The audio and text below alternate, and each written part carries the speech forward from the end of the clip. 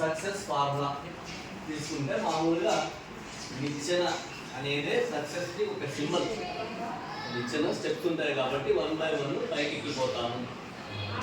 మరి దాంట్లో విజయానికి సూత్రాలు తీసుకుంటే 7 స్తంభాలు తీసుకుంటే 7 స్టెప్లు. ఎన్ని స్టెప్స్? 7 స్టెప్స్గా విభజించుకుంటే సక్సెస్ స్పెల్లింగ్ చెప్తారు ఎవరన్నా? సక్సెస్ స్పెల్లింగ్ రాలేదు. అందులో SUCCESS రెండు ఎస్లు ఉన్నాయి, 2 సీలు ఉన్నాయి, ఇంకా 2 ఈ ఉన్నాయా? 2 ఉంది కదా. ఈ ఒకటి SU రైట్.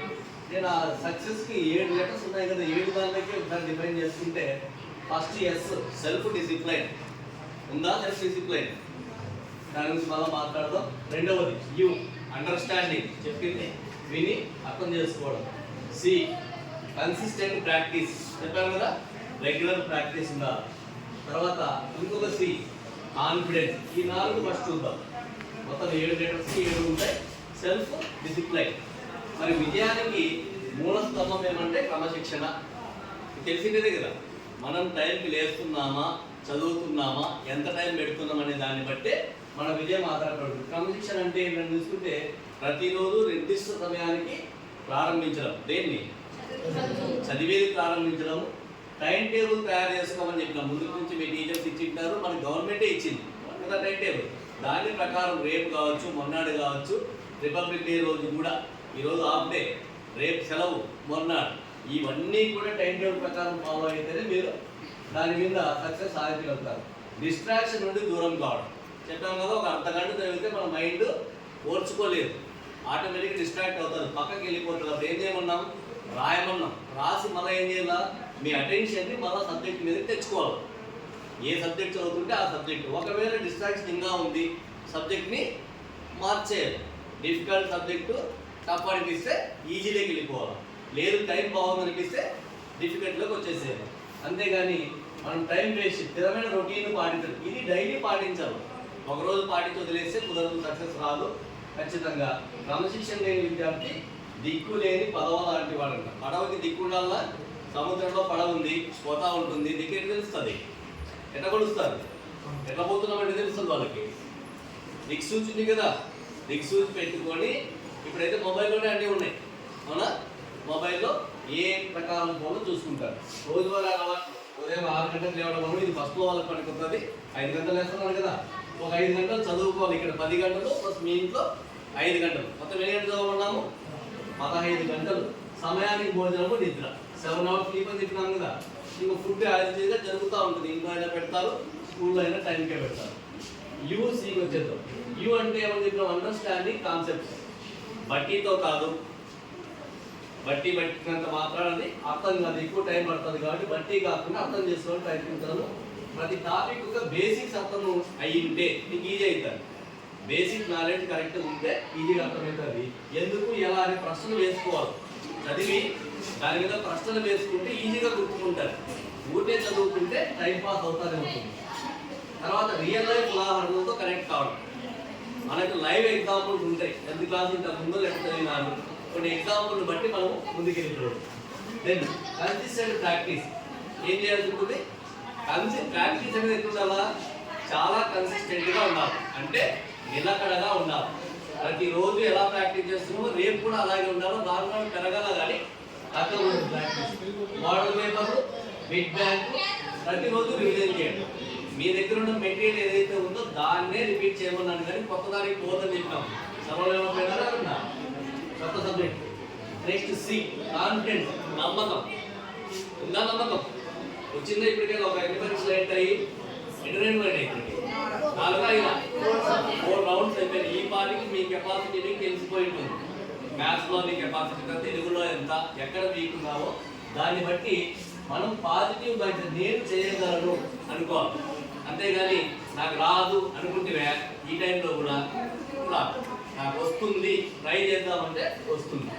విఫలత నుండి నేర్చుకోవాలి. ఎప్పుడైనా ఫెయిల్ అయింటే, తక్కువ మార్కులు వచ్చినప్పుడు మేడమో సారో ఏదో అడిగింటారు కదా, దాన్ని గుర్తుపెట్టుకోవడానికి కాదు, దాని నుంచి ఏం చేయాలా? సక్సెస్కి వచ్చేదా ప్లాన్ చేసుకోవాలి. Self motivation. ప్రతిరోజు నేను టీచర్లో ఎవరో వచ్చి మోటివేట్ చేసే పని లేదు. మీకు మీరే మోటివేట్ చేసుకుంటూ తెచ్చుకోవాలి. మా సార్ ఏం చెప్పినాడు, మేడం ఏం చెప్పింది అనేది గుర్తు తెచ్చుకుంటూ ఉంటే, మీ అమ్మ నాన్న ఏం చెప్పినారు, టీచర్ ఏం చెప్పినారు గుర్తు తెచ్చుకుంటే సెల్ఫ్ మోటివేషన్ అంట, మనకు మనమే మోటివేట్ చేసుకోవాలి. తర్వాత చిన్న విజయాలు జరుపుకోవాలి. 20కి 15 వచ్చినాయి, హ్యాపీగా ఫీల్ అవుతారా కాదా?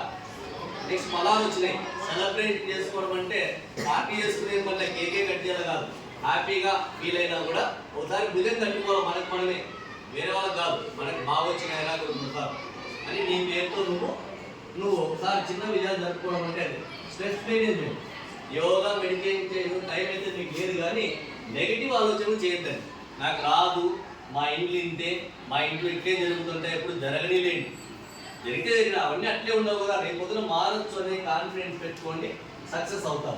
తర్వాత నెక్స్ట్ ఈ లెటర్ కొందాం, ఎఫెక్టివ్ టైం మేనేజ్మెంట్. మీకు కొంత టైం ఇచ్చినారు, ఈ టైంను సద్వినియోగం చేసుకుంటే ఎఫెక్టివ్గా అంటే పక్కాగా చేసుకుంటే మీరు చదువుకి ఎన్ని గంటలు, 5-6 గంటలు, విశ్రాంతికి ఎంత, నిద్రకి ఎంత, ఆహారం ఎంత టైం. నేను మార్నింగ్ ఇంతకుముందు సెషన్లో చెప్పాను ఏ టైం ఎంత కేటాయిస్తున్నారని. మిగిలించుకోవాలి టైం, మిగిలించుకొని మనం ఏం చేయాలా, చదువుకి కాదనగా 5 నుంచి 6 గంటల నుంచి 15 గంటల వరకు మనం కష్టపడచ్చు. రోజులో 24 గంటలు 15 అవర్స్ వరకు ప్రతి ఒక్కరు అవైల్ చేసుకోవచ్చు. Balance time table. ఏ టైం టేబుల్? ముఖ్యమైన సబ్జెక్ట్ ఎక్కువ సమయం ఏది, మ్యాథ్స్ నాకు టఫ్, ఎక్కువ టైం పెట్టు. Maths easy, social tough, social మీద ఎక్కువ పెట్టు. హిందీ టఫ్, హిందీ మీద పెట్టడం. బలహీన అంశాలపై ఫోకస్ పెట్టండి. ఎక్కడ వీక్ ఉన్నారో దాని మీద ఎక్కువ ఫోకస్ చేయాలా. ఓవర్ స్టడీ చేయకూడదు. మరి అదే పనిగా దాన్నే చదువుతాంటే దాని మీద ఫోకస్ లేకుండా వెళ్ళిపోతుంది, మైండ్ డైవర్ట్ అవుతారు. ఎక్కువ టైం ఒకే సబ్జెక్ట్ మీద పెట్టాల్సిన పని లేదు. Next smart study plus support system. ఇక్కడ 2 ఫిగర్లు చూపించాం, దీన్ని ఏదో గమనిస్తారా లేదు? దీన్ని మైండ్ మ్యాప్ అంటాం. ఇక్కడ ఏం చేసినారు, ఎగ్జామ్ ప్రిపరేషన్ మ్యాథ్స్కి ఎంత, సైన్స్కి ఎంత, లాంగ్వేజ్కి ఎంత, హిస్టరీకి ఎంత అని డివైడ్ చేసుకున్నారు. మరి మీ సబ్జెక్టు మీరు కూడా ఈ రకంగా డివైడ్ చేసుకుని పెట్టుకుంటే అవి ఎందుకు ఉపయోగపడతాయంటే చూసినప్పుడు డైవర్ట్ కాకుండా సబ్జెక్ట్కి వెళ్ళిపోతాం, అందుకు పనికి వస్తాయి. తర్వాత ఫైనల్గా సపోర్ట్ సిస్టమ్. ఎవరు సపోర్ట్ ఉంది మీకు? తల్లిదండ్రులు సపోర్ట్ చేస్తున్నారా? టీచర్ సపోర్ట్ ఉందా? స్నేహితుల సహకారం ఉందా? ఎవరైనా పీడిస్తున్నారా? నీకు రావరా అంటుంటే వాడిని వదిలేయండి. ఎవడైతే మిమ్మల్ని నెగిటివ్గా ఆలోచన చేస్తాడో, మనకు రావలేరా అని ఎవడు అంటాడు, వాడిని వదిలి. ఎవడైతే దీన్ని మనకు వస్తాడేరా అంటాడో వారితో స్నేహం చేయి, పర్లేదు, ఏం ఇబ్బంది ఏం కాదు. 2 రోజులు తర్వాత స్మార్ట్ టెక్నిక్స్, షార్ట్ నోట్ తయారు చేసుకోవడం, ఇవన్నీ మీరు టీచర్స్ చేసింటారు. మ్యాప్లు తయారు చేసుకోవడం, కలర్ కోడింగ్, అండర్లైన్ చేసుకోవడం, ఇప్పుడు ఇచ్చినదంతా కలర్ కోడింగ్ అంటే ముఖ్యమైన పాయింట్లను హైలైట్ చేసుకుంటే మనము ఎస్ఎస్సి అనేది స్ట్రెస్ కాకుండా ఏమవుతుంది, సక్సెస్ సిస్టమ్ అవుతుంది. ఎస్ఎస్సి అనేది స్ట్రెస్ అవుతుంది అనుకుంటుంటారు, ఎందుకంటే అబ్బాయి పరీక్ష వచ్చింది నాకు తలకాయ నొప్పి దాన్ని స్ట్రెస్ అంటారు. స్ట్రెస్ కాకుండా పోవాలంటే సరిగ్గా ఫాలో అయితే ఈ పీపీటీ ఈడే ఉంటుంది, ఇంకోసారి కూడా చూసుకోండి. అవి ఫాలో అయితే 7 సక్సెస్కి 7 లెటర్స్ ఉన్నాయి. ఈ 7 స్తంభాలు మీ 100% సామర్థ్యం. చెప్పాను కదా, పక్కాగా నేను 100% టైం పెట్టాలి. 100% సక్సెస్కి నువ్వు ఫస్ట్ రెడీ ఉండాలి. చేస్తే ఆటోమేటిక్గా మీ లక్ష్యం నెంబర్ 1 అవుతుంది నీ స్థాయిలో. నెంబర్ 1 అంటే 590 రావాలని కాదు, నీ స్థాయిలో నువ్వే నెంబర్ 1. నీ కెపాసిటీ ఎంత నువ్వు మెరుగుపరుచుకునే అవకాశం ఉంటుంది. కాబట్టి క్రమశిక్షణ, కృషి, విశ్వాసము 3 కలిస్తే ఖచ్చితంగా మీకు విజయం అనేది ఖచ్చితంగా చేకూరుతుంది. మరి ఆ రకంగా ప్లాన్ చేసుకొని ముందు పోతారు కదా. మరి ఈరోజు సార్ చెప్పినట్టుగానే సార్ సర్వీస్లో ఉండగానే మళ్ళీ ఇంకోసారి మిమ్మల్ని మాట్లాడించడానికి వచ్చేసినాం. నెక్స్ట్ కూడా మేడమే ఉంటారు, మేడం టైంలో కూడా మళ్ళీ వస్తాం. ఎందుకు వస్తున్నామంటే ఇష్టపాటు 40 మందిలో మాకు 40 పాస్ అవుతారనే ఒక కాన్ఫిడెంట్ ఉండడము కాబట్టి వస్తున్నాం పదే దూరమైనప్పటికీ. కాబట్టి వేరే డిస్ట్రాక్షన్స్ పోకుండా ఈరోజు నాకు ఎస్పెషల్లీ ఈరోజు టైం తీసుకెళ్ళి, ఎందుకంటే ఈరోజు అంతా వేస్ట్ చేస్తాను. మేము సెలవులు ఎలా వేస్ట్ చేసి ఉంటాను నాకు తెలుసు. ఎట్లా చెప్తున్నా, నా బిడ్డ ఇంట్లో 10th క్లాస్, నా బిడ్డే టైం వేస్ట్ చేసింది. మీరు చేసిండ్రా? మేము ఇద్దరము, నా భార్య టీచరే, నేను ఎంబీఓ అయింది కూడా, నా కూతుర్ని మేము కూర్చోబెట్టి చదివిలేకపోయినామంటే అలాగే ఉన్నారు పిల్లలు. ఇబ్బంది అయింది, పోతే లేదు, అది అయిపోయింది, గతం కదా. ఇప్పుడు ఈ రోజు టైం పెట్టండి, రేపు టైం పెట్టుకోండి. రిపబ్లిక్ డే రోజు వచ్చి వెళ్ళిపోతారు అంతే కదా. సరే నాగాస్టింగ్ వస్తారు, మళ్ళా పోతారు. సో 3 రోజులు టైం వేస్ట్ చేయకుండా బాగా డిస్ట్రాక్షన్ కాకుండా చేసుకోండి, ఖచ్చితంగా సక్సెస్ అవుతారా? ఒకసారి తమ్ముడు చూపించాడు వాళ్ళ దీప సక్సెస్ అవుతాము తమ్ముడు బైక్ లేండి ఎట్లా సక్సెస్ అయితే చూద్దాం రెడీనా ఉందా డబల్ సక్సెస్ ఎవరైనా చూపిస్తారా డబల్ ఇంకా ట్రిపుల్ లేవు కదా ఎస్ గ్రాండ్ సక్సెస్ అవుతారు కదా అంతా తీరా వాళ్ళని పాప వాడు పక్కకు వస్తున్నారు right thank you very much